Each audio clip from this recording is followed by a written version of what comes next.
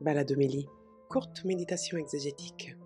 Bonjour, bienvenue à tous et à chacun. Je suis Éric Morin du service biblique Évangile et Vie et je vous propose notre quart d'heure de promenade exégétique dans les textes que la liturgie nous offre dimanche prochain. Des textes qui nous aident à méditer sur le temps de l'absence entre la venue du Christ dans la chair, la venue du Christ dans la gloire. Le temps de l'absence, c'est un temps de fidélité et de fidélité redoublée. Pour commencer cette réflexion, la liturgie nous propose, dans le livre des Proverbes, le portrait d'une femme parfaite, un texte qui est connoté, un texte qui fait l'éloge d'une femme qui fait tant de choses pour que toute sa maisonnée puisse vivre et vivre bien. Alors, effectivement, à nos oreilles aujourd'hui, ce texte résonne d'une façon extrêmement patriarcale, mais c'est pas parce que le texte est canonisé que le contexte d'un texte est lui-même canonisé. Il faut faire la différence. Et un premier détail peut nous aider à interpréter le texte pour aujourd'hui, c'est que l'expression femme parfaite est une traduction elle-même un peu patriarcale d'une certaine façon. Littéralement, il s'agit d'une femme guerrière. Et l'idée de notre auteur est de mettre ensemble une qualité féminine et une qualité masculine. Il s'agit davantage de l'être humain parfait, capable de prendre les bonnes décisions au bon moment pour la bonne gouvernance de sa maison. Être capable de savoir-faire avec le lin, avec la laine, beaucoup d'autres éléments sont donnés, nous n'en avons que quelques extraits, savoir faire venir les nourritures et les biens nécessaires au fonctionnement de la famille et de toute la maisonnée. Bref, il y a tout un savoir-faire qui requiert à la fois force et habileté, c'est-à-dire sagesse.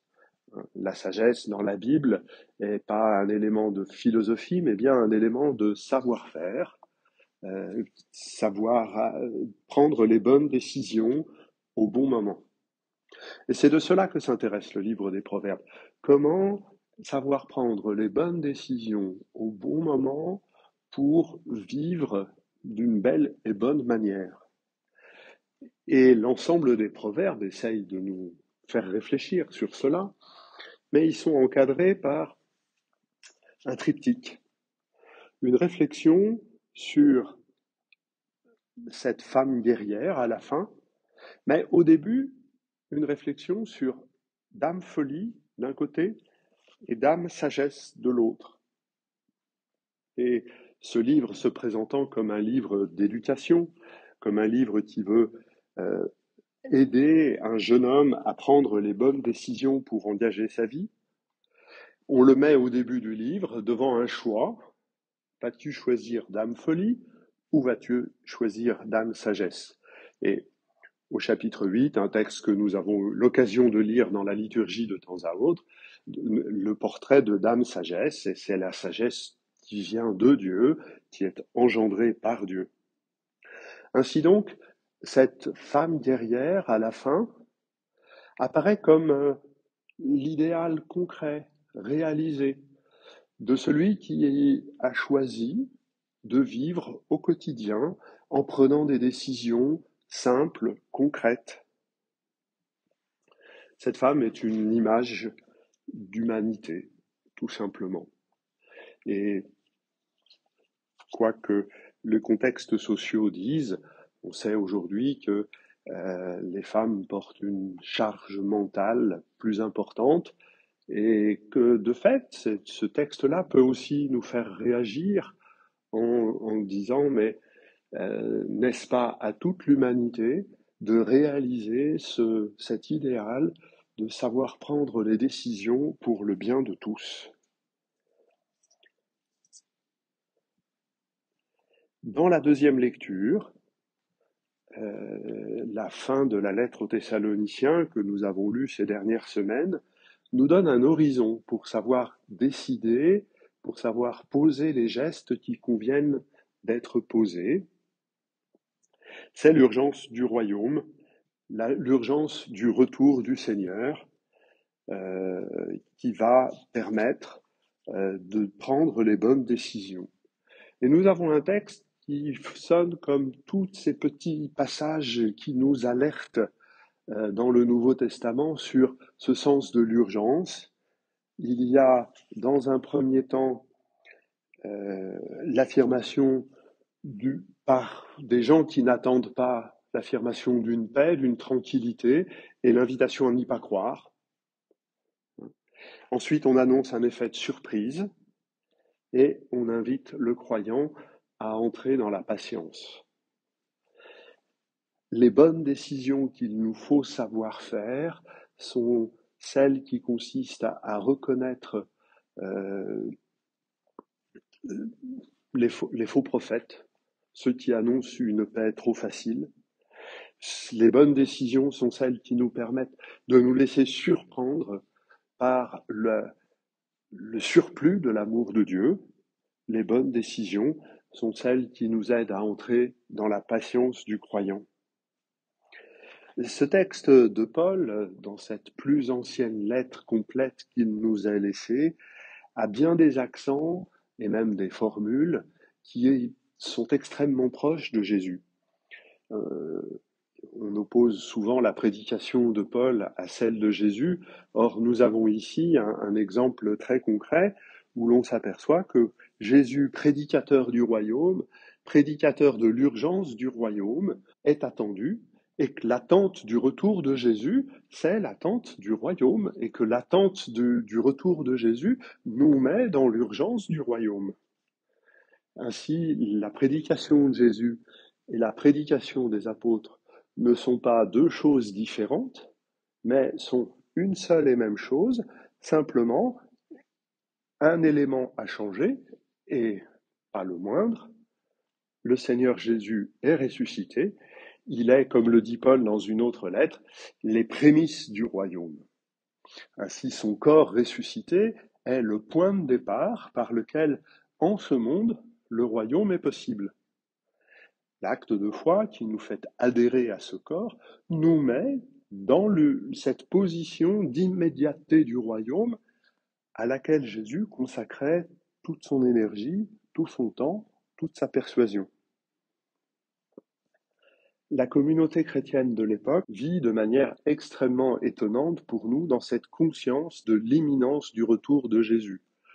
2000 ans plus tard, ça nous semble un peu étrange, mais d'abord, sûrement faut-il apprendre de cette communauté-là. On se fera surprendre par le royaume de Dieu. Et la communauté chrétienne, la première communauté chrétienne, en parlant de l'imminence du retour de Jésus, dit sa disponibilité à se faire surprendre. Le règne de Dieu nous surprendra, parce que s'il ne surprend pas, c'est qu'il peut se calculer. S'il peut se calculer, il se donne selon une règle, selon une loi, une règle de calcul, une loi à laquelle il faut obéir. Le royaume de Dieu nous surprendra parce qu'il est l'événement de la miséricorde de Dieu, de l'absolue gratuité de Dieu. À la toute fin du texte, Paul fait une distinction entre les fils de lumière, ceux qui sont déjà dans l'attente et dans la vie du royaume, ceux qui sont vigilants et ceux qui restent sobres. Ainsi, la vigilance, l'espérance du règne requiert une sobriété. Sobriété, la suite du texte le montre très clairement, qui s'oppose à l'ivrognerie.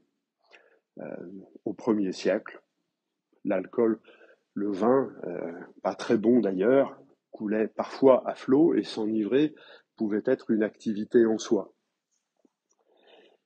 S'enivrer, c'est vouloir tuer le temps. Voilà, mettre entre parenthèses un moment où l'alcool va pouvoir nous extraire du temps. L'attente du royaume nous inscrit dans le temps, nous inscrit dans l'histoire. Et c'est ce que la parabole que nous allons entendre, la parabole dite des talents, va nous apprendre. Un talent, c'est une unité monétaire conséquente, en donnant 1, 3 et 5 talents, le maître donne une grosse somme d'argent, confie une grosse somme d'argent. Ce qui compte, c'est de savoir quoi faire de ces talents. Alors en français, le mot talent et cultiver ses talents, développer ses talents sont devenus des expressions ordinaires pour dire qu'il faut savoir utiliser ce qui nous est donné. La question, c'est que cette parabole, qu'est-ce qui nous est donné? Qu'est-ce qui nous est donné? L'élément clé de la parabole, c'est le jugement sur le troisième serviteur, qui n'a pas perdu l'argent de son maître, mais qui ne l'a pas fait fructifier.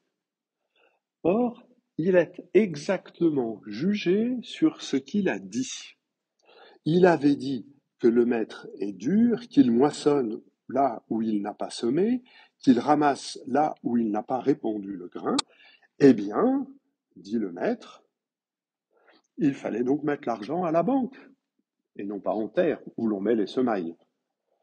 Notre homme n'est pas cohérent entre ce qu'il dit et ce qu'il fait, entre ce qu'il pense de son maître et ce qu'il fait. Et c'est là-dessus qu'il est jugé. C'est pourquoi Jésus se sert de cette histoire pour nous alerter sur plusieurs choses. D'abord, pour reprendre l'expression telle qu'elle est devenue usuelle en français maintenant, nous avons du talent pour l'alliance. Nous sommes doués pour l'alliance. Dieu nous a donné ce qui est nécessaire pour l'alliance. Tant aux contemporains de Jésus juifs, à qui cette parabole est adressée, tant nous avons les Écritures, nous avons la vie communautaire, nous avons le frère, nous avons pour nous les sacrements. Nous sommes doués pour Dieu. Et la question qui est posée, c'est que faisons-nous de ce talent pour Dieu? Ici, le talent qu'il faut cultiver, c'est pas notre compétence à jouer d'un instrument de musique ou à faire je ne sais quelle autre chose utile qu'il faut savoir faire et qu'il faut pratiquer pour continuer à savoir le faire. La question, c'est celle de notre relation à Dieu. Et si on en revient au critère de jugement du troisième serviteur, sommes-nous en adéquation entre ce que nous disons de Dieu et ce que nous faisons? Le problème de ce serviteur, c'est qu'il a figé son maître dans une certaine image et qu'il en a peur, et donc il met le temps de l'absence du maître entre parenthèses. Exactement comme ceux qui ne vivent pas dans la sobriété à la fin de la deuxième lecture. On met le temps entre parenthèses. Le maître n'est pas là, le talent est en terre, on verra quand il reviendra. Les deux autres serviteurs, chacun selon leurs compétences et leurs capacités, sont capables de prendre le temps de l'absence comme le temps de l'épreuve de la fidélité. Le temps où leur fidélité à l'égard du maître va redoubler le talent, va redoubler la relation avec le maître. Cette parabole nous invite à ne pas figer Dieu dans l'image que nous nous faisons de lui. Nous ne pouvons pas ne pas nous faire une image de Dieu, mais nous devons accepter que dans ce temps de l'absence, dans ce temps d'attente du retour du Seigneur, nous profitions du temps qui nous est donné pour apurer cette image. Enfermer Dieu dans l'image que nous nous faisons de lui, c'est le réduire à une idole. Nous avons le temps de la fidélité qui nous est donné pour partager aujourd'hui l'alliance avec Dieu et pouvoir ainsi accepter qu'il fasse bas les masques, qu'il se révèle tel qu'il est, et pour cela, il nous faut apprendre à tenir au pied de la croix, parce qu'un Dieu qui envoie son Fils livré entre les mains des hommes, nul n'a pu l'imaginer, Aucune image de Dieu n'a pu ressembler à cela, et c'est dans le temps passé dans la méditation sur ce Dieu qui nous donne son Fils que Dieu, petit à petit, s'avérera plus grand que toutes les images que nous nous faisons de lui. Peut-être faut-il accepter que le talent qui nous est donné, c'est le temps. Le temps lui-même est le pain quotidien que Dieu nous donne pour pouvoir redoubler de fidélité à son égard et éprouver la fidélité de Dieu à notre égard.